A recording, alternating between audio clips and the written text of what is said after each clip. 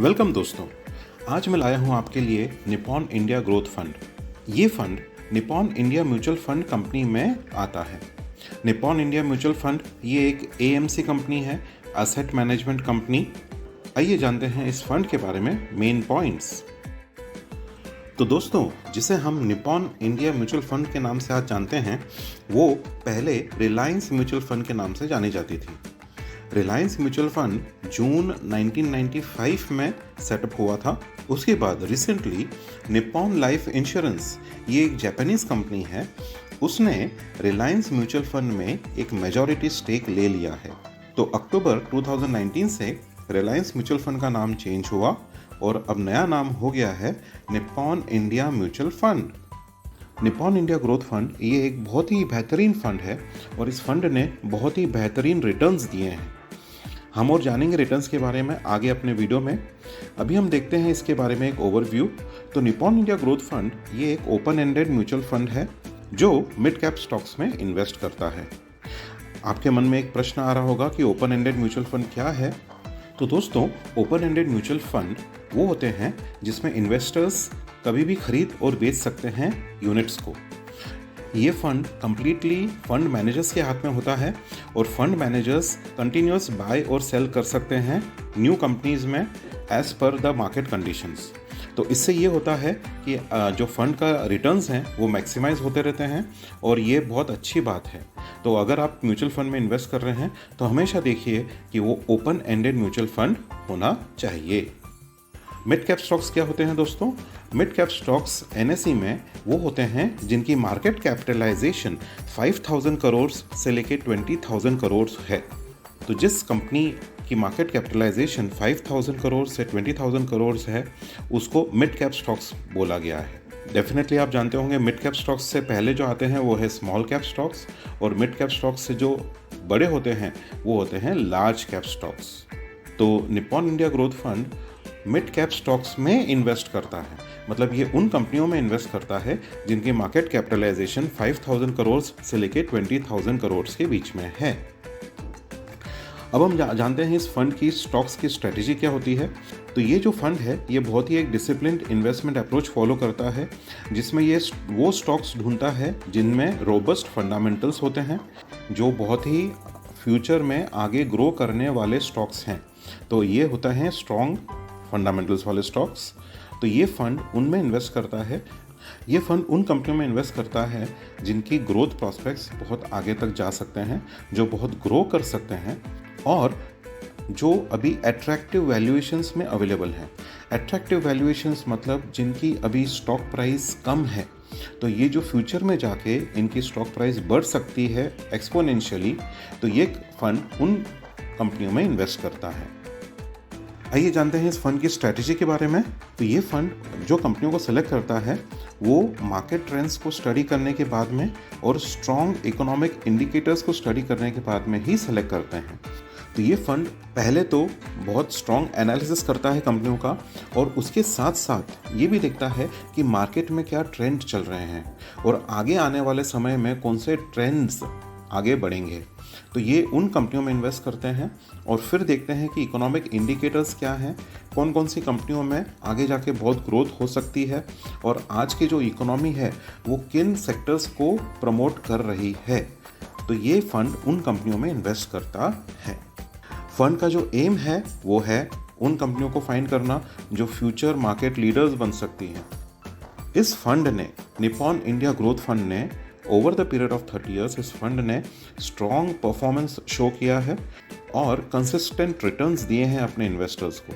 तो ये बहुत ही इस फंड की यूएसपी है और बहुत ही प्रूवन और बहुत ही अच्छा फंड है इन्वेस्टर्स के लिए। तो अगर कोई फर्स्ट टाइम इन्वेस्टर है म्यूचुअल फंड में तो उसको अपनी म्यूचुअल फंड की इन्वेस्टमेंट जर्नी इसी फंड से शुरू करना चाहिए, Nippon India Growth fund. Nippon India Growth fund उन इन्वेस्टर्स के लिए सूटेबल है जो हाई रिस्क ले सकते हैं और लॉन्ग टर्म इन्वेस्टमेंट होराइजन इनका है। लॉन्ग टर्म इन्वेस्टमेंट होराइजन मतलब अराउंड 10 to 15 ईयर्स का जिनका इन्वेस्टमेंट होराइजन है, जो 10 से 15 साल तक इन्वेस्टमेंट करके ठहर सकते हैं। ये फंड उनके लिए सबसे बेस्ट है। निपॉन इंडिया ग्रोथ फंड को कौन चलाता है?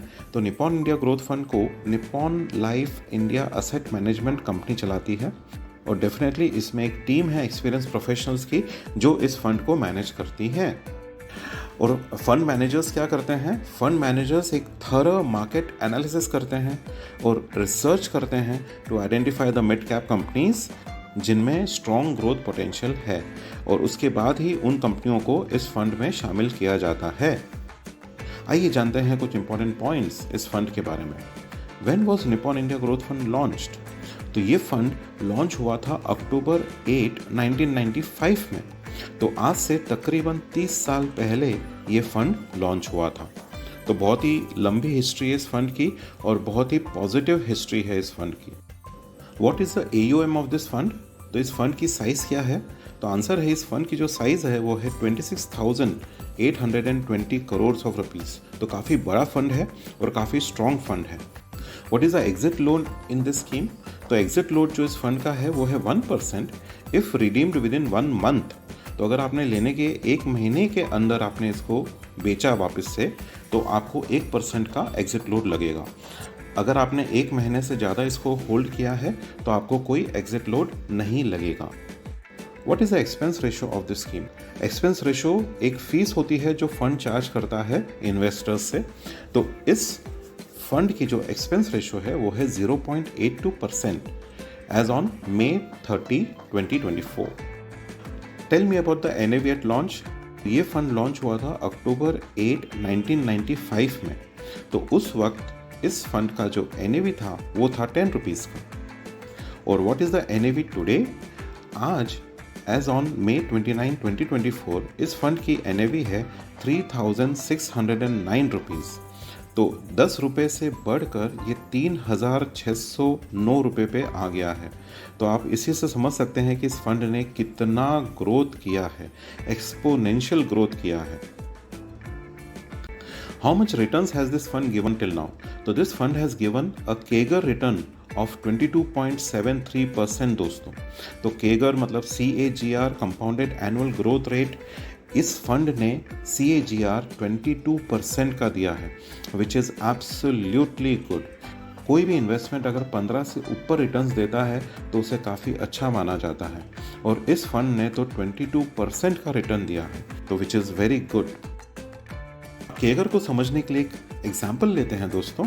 सपोज आपने 100 रुपये इन्वेस्ट किए थे ये जब फंड चालू हुआ था तब, और अगर आप उसके बाद में कोई इन्वेस्टमेंट नहीं करते हैं और अगर आप आज देखेंगे तो आज आपके वो 100 रुपये बढ़ के हो जाते 34,857 रुपीज़।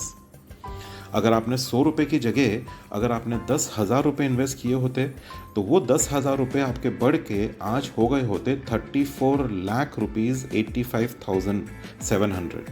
तो आप देख सकते हैं कि आपका जो इन्वेस्टमेंट है वो कितनी स्पीड से और कितना बड़ा ग्रो हुआ है।